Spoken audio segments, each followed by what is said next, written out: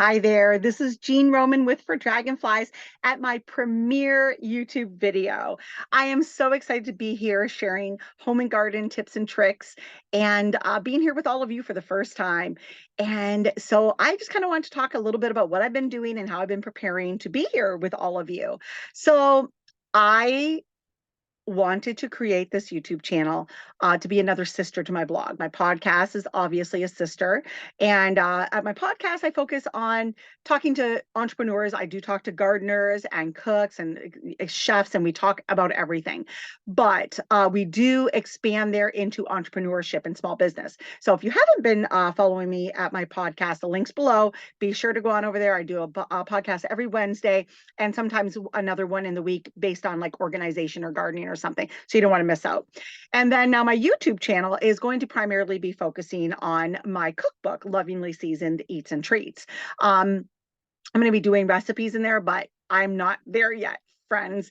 But my YouTube channel is going to be primarily focused on cooking and gardening because don't they go hand in hand? I mean, honestly, how can you be an incredible cook without having some type of garden, whether it's on a patio, on a deck, in a garden, whatever? You know, utilizing those fresh vegetables is just to die for. And if you don't garden, I'm sure you would like to go to the farmer's market and get fresh produce. But either way, gardening and cooking go hand in hand. So I have been working really hard at learning how to edit. Oh my goodness. Editing is like literally torture. I don't want to discourage anybody from trying to start a YouTube video, but you need to be prepared. I was not. I've watched a lot of videos and I bought the Adobe Premiere Pro editing platform, which is incredible, but it's not easy. I mean, I'm not technologically challenged. I'm not a guru, but I'm okay. I can get around, but it is a lot. And so I am doing this boot camp right now, learning how to splice and edit and add photos and music to the YouTube, to my videos. And so I'm working really diligently on that. And I'm hoping that I will have my recipes ready to go out next week. But I got two cameras going with the recipes. So I got, a camera on the counter and one on me. And so, but anyways, I could go on and on. But today is going to be day 2 in my Gardening 101 series. So what I did was I put together a beautiful PowerPoint to go over, how to place that first seed order. And so I'm going to share my screen with you and I'm going to be in a little box talking to you. So let's get rolling. And I'm going to share my screen. And here we go. So excited with my new header here. I can't wait to actually have music with it. So I'm working on that too, getting an introduction and a conclusion. Lots of work, folks. But anyways, welcome to For Dragonflies and Me, where you will receive tips and tricks for your home and garden. Welcome to day 2. And this is my Gardening 101 series. It's how to place your first seed order. Where do I purchase my heirloom seeds from? If you missed day 1, I discussed the difference between heirloom and hybrid seeds. And I go into a lot of depth into that. I am a very big advocate for heirloom seeds. So the link to that is in the description below, along with many other links that I'm going to get into.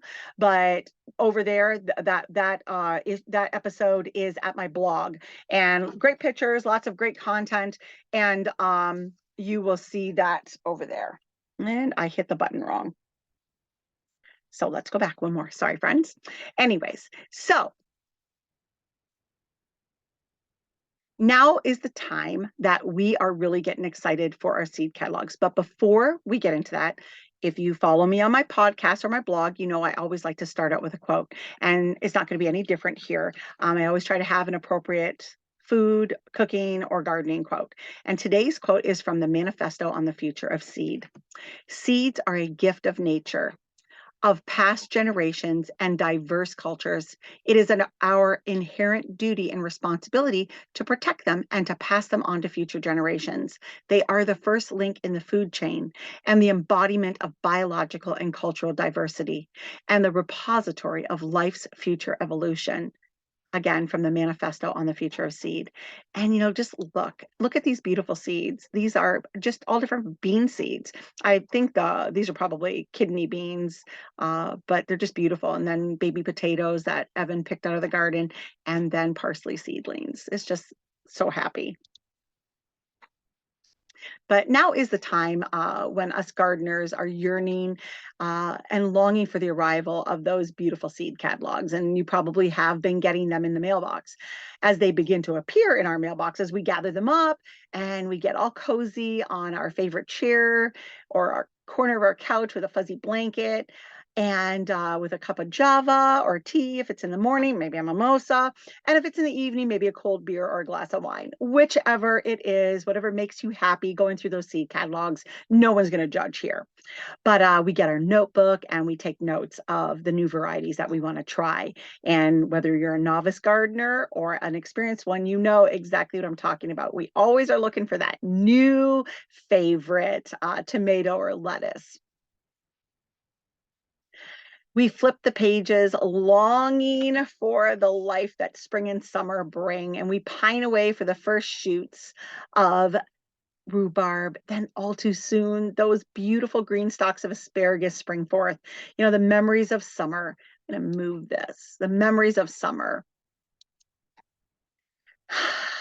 Thinking about the prickly cucumbers, the scratchy leaves of that notorious zucchini plant, and getting our hands stained green from picking those beautiful, luscious heirloom tomatoes.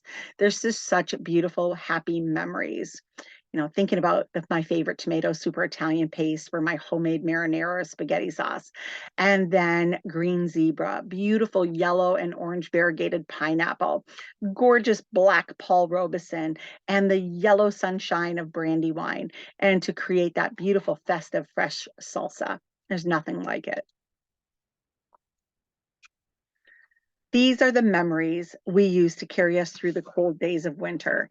I usually feel a bit behind getting this information out right now because I'm usually talking about this in December. But as all of you know, I was in the middle of moving. Actually, December 15th, we moved into our new home, and this is my office.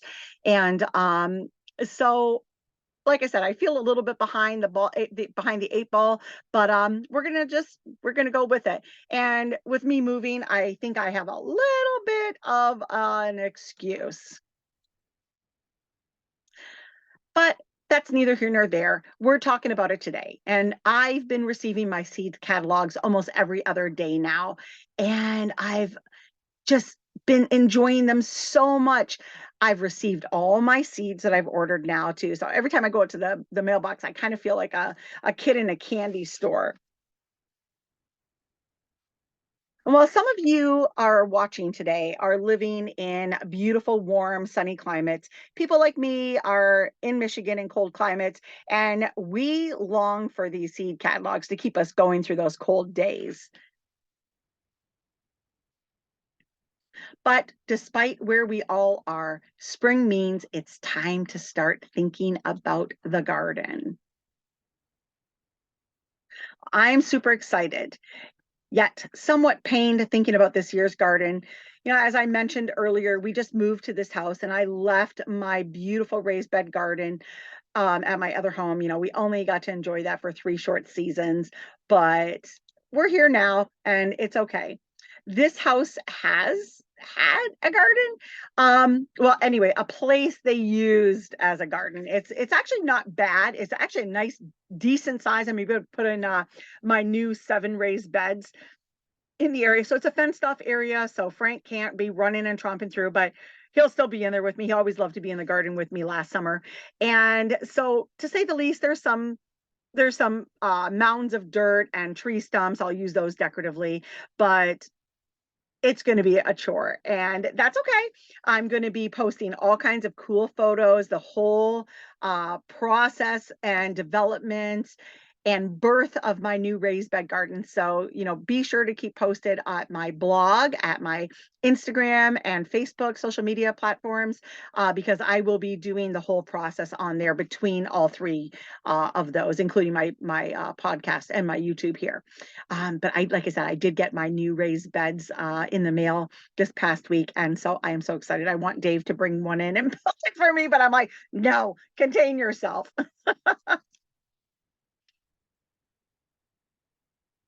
I am super excited, yet somewhat pained thinking about this year's garden, as I mentioned earlier.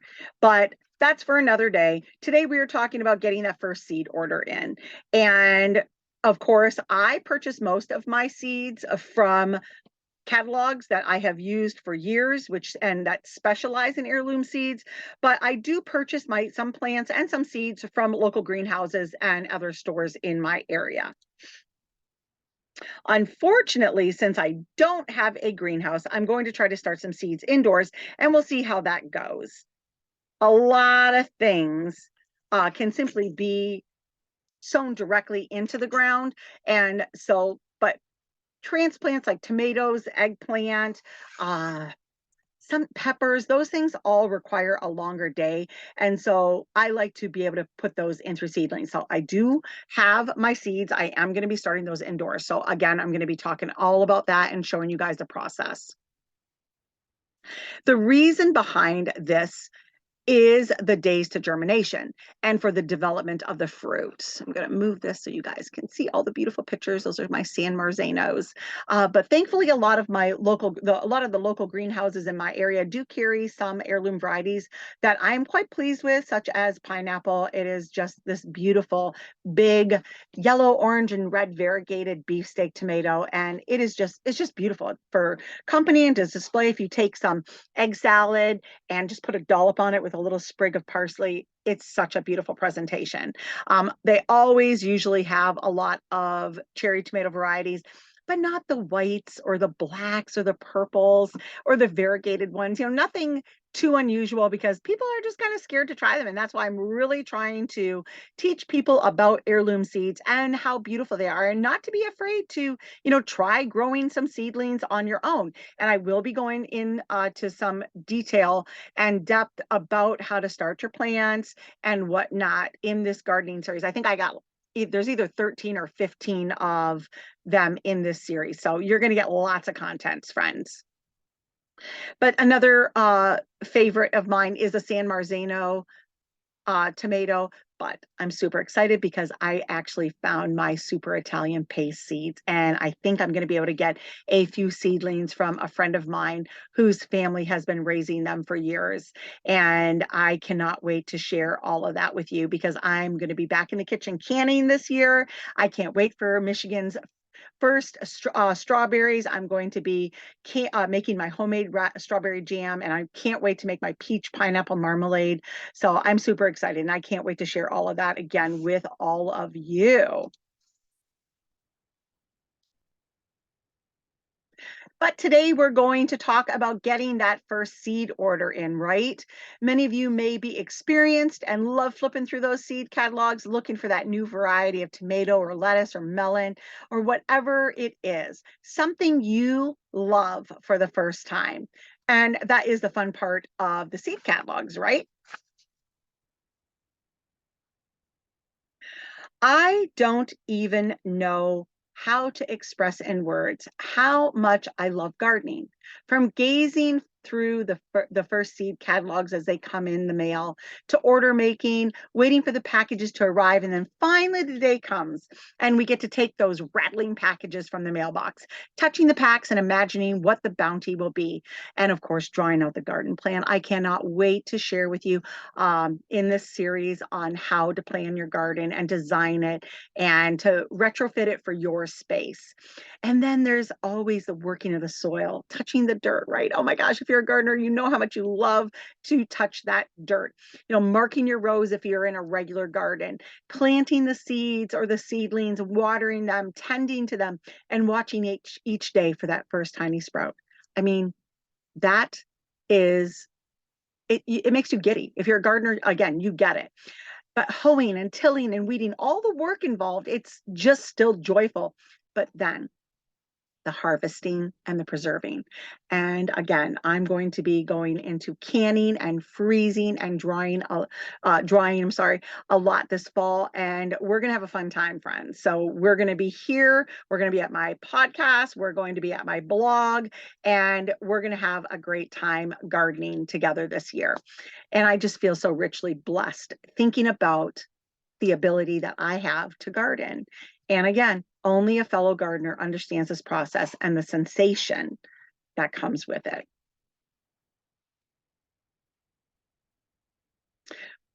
When choosing your heirloom seeds from catalogs, there are several key tips and tricks to keep in mind in order to ensure that you are getting the best quality seeds for your garden. And so if you look at the pictures here, you'll see these are little marigolds. And then this is a purple bean, and then beautiful strawberries. Oh, and I'm going to be having a post also on my 5 favorite perennial fruits and vegetables. So be sure that'll be in the, if you date, January 30th at my blog for dragonfliesandme.com. I go over each of the topics, but I've actually added some, and I got to go back and edit it. So first and foremost, let me move this up a little bit. It is important to choose a reputable seed catalog, one that has been in business for a long time, as well as has a good reputation with other gardeners. So read the reviews. Additionally, look for catalogs that offer a wide variety of heirloom seed options, as well as those that provide detailed information about each variety, including its history and growing requirements. So during the rest of this YouTube video, I have a challenge. I am going to be telling you multiple times, read the description. So whoever keeps count and the first one to comment with the correct amount of times that I say, read the directions, is going to win a free copy of my cookbook, Lovingly Seasoned Eats and Treats. So stay tuned. But before I move on, I want to go into this a little bit. My heritage is French and Ukrainian. My grandfather's family actually came over from the Ukraine into Canada and Saskatchewan. And then my grandfather rode the trains illegally as a young adult to Ontario, where he met my grandmother and had my mother and my uncle and then me. So I'm actually the second born generation in Canada. But when I am choosing my heirloom seeds, I look at the history. I love French heirlooms. I love Ukrainian and Russian and Yugoslavian heirlooms. I don't even know why, but I'm just naturally drawn to them. And so one of those, for instance, is the Spiralentulus, and it's also known as speckled like a trout's back. It is a beautiful romaine, and I remember the first time I started growing it. It's a picture right here, and as you can see, for somebody who doesn't know what this is, they're like, "Oh my goodness, that lettuce has rust spots all over it. It's rotten," but it's not. That's actually it's speckled. It's beautiful, and it is so crisp. It makes the best chicken Caesar salad. And again, the presentation, or even making lettuce wraps with it. Oh my gosh, it is just beautiful. I love to entertain. I'll be talking about that a lot this summer too. And I'm all about presentation and, the details, the beauties in the details, right? And that's with vegetables too. But I got so many stories that I could share with you. We could be here for hours, but I am going to have my upcoming post is going to be my top 10 favorite vegetables and how to care for them. So, and I'm going to give you a list in my blog that gives my if I could only grow one. So you don't want to miss that. So be sure to subscribe here. When you go over to my blog at fordragonfliesandme.com, make sure you subscribe so you don't miss a beat. But this is a beautiful Austrian lettuce, and we're going to be talking about several other vegetables, heirlooms, and their history here today too. So remember to consider this when you are looking for your seeds. What is the catalog? What is the reputation behind it? And I am also going to give you a list of my favorite catalogs, the ones that don't charge shipping and handling, including Baker Creek, which is right here. Incredible company. So next, I want you to consider the climate and the growing conditions of your specific area. Heirloom seeds are often adapted to specific regions. So it's so important to choose seeds that are well suited for your climate and growing conditions. For example, if you live in a cooler climate, a northern climate like I do here in Michigan, you may want to choose heirloom varieties that are known for their cold tolerance. On the other hand, if you live in a warmer southern climate like where Dave and I are planning to retire, then you may want to choose heirloom seeds that are known for their heat tolerance. So I'm going to be giving several examples during these examples of what you need to focus on when you're choosing your seeds. But there are different varieties of lettuces. My family loves salad. And when we had our farm and I was a market gardener, I grew probably close to 40 to 50 different types of lettuces so that we would have different lettuces all season long. And lettuces, if you're a gardener, generally are a cool weather crop. So you want to start them early in the spring. By the time middle of June starts getting, and by the end of June, they're going to start, being yucky and bitter, and they'll start getting that milky pulp in the stem. And then you can resow them and grow a next planting in the fall. But there is a beautiful, beautiful, huge green head of romaine lettuce called Jericho. So where do you think it's from? Jericho was uh, grown and developed in the country Jericho, and Jericho is hot. And so this seed tolerates Michigan or other climates, hot weather. In July and August, you get these beautiful, beautiful, delicious, crisp, not bitter heads of romaine. So if you like lettuce and you want to have consistent lettuce and salads, you definitely want to go into research at Jericho, and you can get it at different catalogs. I think I bought mine this year from either Seed Saver or Baker Creek, one or the other, but I will go into that again too. So let's move on. Another important factor to consider when choosing your heirloom seeds is the size of your garden. Do you have a small garden? Are you living in an apartment or condo where you can only have containers? Do you have raised beds? Do you have a large plot, a tillable plot? You may want to choose seeds that are known for their compact growth habit if you have to do containers or raised beds. But if you have a large garden, then you can grow plants that are more vining and that are, take up a lot more space. And so again, I'm going to give you an example here. So with raised beds, obviously I do not want roaming, vining plants that take up a lot of space. However, when I do trellis them. That's another day. That's raised bed gardening part 1 and 2 coming, I think they're day 11 and 12. But zucchini and beans are generally vining.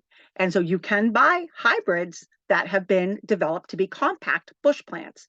However, again, I am all about heirloom seeds. So the bean that I like to grow is my Italian Roma. It is a large flat pod. It is super buttery. It is just delicious.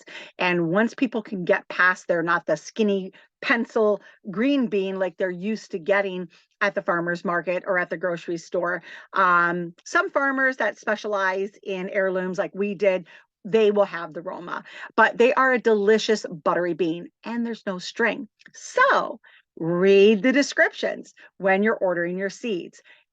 See if it is a stringless bean and if it's a bush bean or a vining bean. You don't want a vining bean if you're growing in pots, if you live in an apartment or are using raised beds. You want that compact growth. The other one is a zucchini. Generally, those are vining. And again, you can buy hybrids, but read the description. You can buy bush type zucchinis and yellow squash.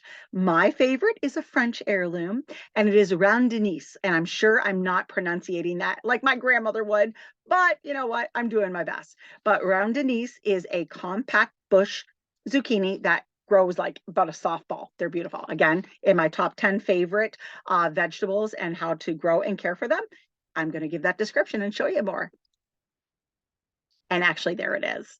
So right there, this is my round Denise, and kind of looks like a pie pumpkin, but they grill great. They are super firm, not terribly seedy, and they have a really nice texture. I like those too. But in addition to those factors, it's also important to choose heirloom seeds that are known for their disease and pest resistance. This is especially important if you are gardening in an area where certain diseases or pests are known to be a problem. So by choosing seeds that are resistant to certain diseases and issues, you can definitely help to ensure that your plants will be healthy and productive throughout the growing season. And so again, read the descriptions. Some cucurbits, so like your squash, your cucumbers, those are very susceptible to a mosaic virus or a mold. And so read the descriptions and it will tell you if it's more resistant to that. And you're always going to be able to get a lot of content and information in the description area when you read it. So this is some beautiful kale. And these are my boys, my three youngest boys. Ryan, who is now 20, he's going to be 21 March 12th. And he's my Marine, so proud of him. And this is my baby Ryan, or I'm sorry, Aaron. He is, oh my gosh, I got 6 kids, you know. Don't judge me. I can hardly remember their birthdays all the time. But this is Aaron, my baby, and he is now 12 and a half. And this is my baby, Evan, who is now 15, 6'2", 280-pound lineman, getting all kinds of interest from football, school, good schools. So we're really excited for him. And but taking those considerations in, this is oh my gosh, flathead, Dutch flathead cabbage. It gets ginormous and it's super good if you want to make cabbage rolls. But finally, it is also a good idea to consider the taste and, of course, the nutritional value of your heirloom seeds you're choosing. Some heirloom varieties are known for their particularly delicious flavor, like so many of these heirloom tomatoes, while others are known for their high nutritional content. But by considering these factors, you can ensure that you're going to choose seeds that will not only provide a bountiful harvest, but also taste great and be nutritious for you and your family. And like I said, I love to give stories with some of my photographs here. But if you can see my cursor, this little white tomato right there, there, and then here they are. This is a fully ripe one. So it's a pale yellow, but they're called white currant. And we used to grow these on the market at the farm. And we learned that after several failed attempts at harvesting them, you had to pluck them like a cluster of grapes, because if you harvested each individual little tomato, the top would split. And by the time you got them to market, fruit flies were on them. I don't even know. It's like they were like magnets for fruit flies. But once we learned, I probably didn't read the description, that you could harvested them by cutting them in clusters, which is how they grow. They grow like a cluster of grape. They're beautiful. But the other little tidbit with that is kids like them. They're kind of sweet.